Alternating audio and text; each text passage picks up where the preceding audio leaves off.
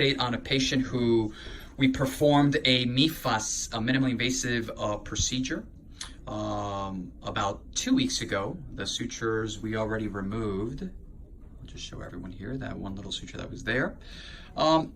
Let's go to the whiteboard before we just show everyone the toe. This patient presented, again, two interdigital, in between interdigital corns, extremely painful. Patient is diabetic, so what we basically did, right, in respect to amputation prevention, because we know it's just a matter of time before it happens, before the skin breaks down as a result of an underlying structural problem. In this case, the patient had one large bone spur here and another one here. So what we basically did was we shaved all that down. Just try my best here. Okay. We shaved all that down, and then once we shaved down the structural abnormality, in this case the bone spurs, now this is gone.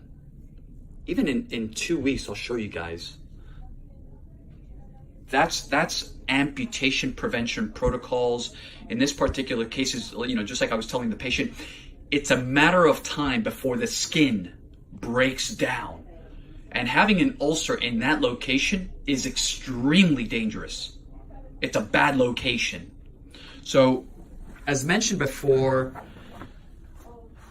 I recommended that we move forward with what we call, in lay terms, a percutaneous excision. In this case, of the two bone spurs. Okay, the patient had these, and I'm going to be very, very gentle here. I want to, let me come around this way. I'll move these toes out of the way. So the patient in there, I know it's a little bit hard to see, but let me get a better visual here. In between the fourth and the fifth, especially on the fifth, because what he had was a kissing lesion between this bone and the bone spurs over here, developed two really robust, calluses corns, which were affecting his daily life activities. Am I correct? Yes. When it comes to diabetic patients, we were talking about, a little bit of the puffiness. As everyone can see, compare the fifth to the fourth, there's the toe is very puffy. And there are several things that, unfortunately, when it comes to, the diabetic population and in respect to healing, number one, the patient has told me that he doesn't heal well in general. But we knew that from day one. The incision is 100% healed and everything else, but in respect to just the healing process, he's not a good healer. Number two, the patient is diabetic.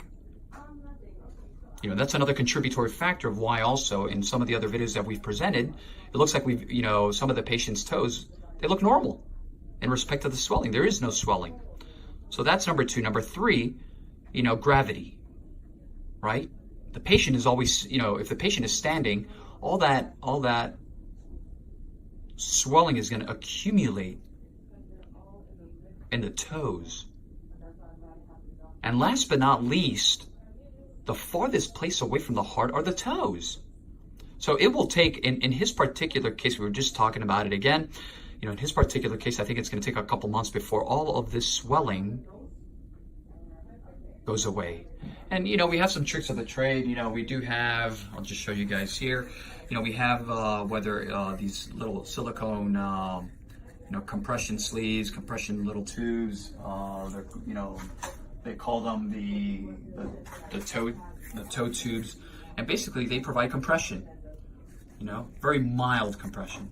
So they have silicone in the inside, and not only do we use these, these little tubes, not only for something like this, but even for the patients that don't have a lot of swelling, I still recommend them. But at the end of the day, the purpose of the procedure here was very, very simple. It was amputation prevention. Why wait until we have a problem? Why wait? Let's correct it now before it's too late, and that could place the toe at risk for loss. That was the purpose of the procedure, at the core. Like always, www.jawspodiatry.com, Instagram, Dr. Toe Jam.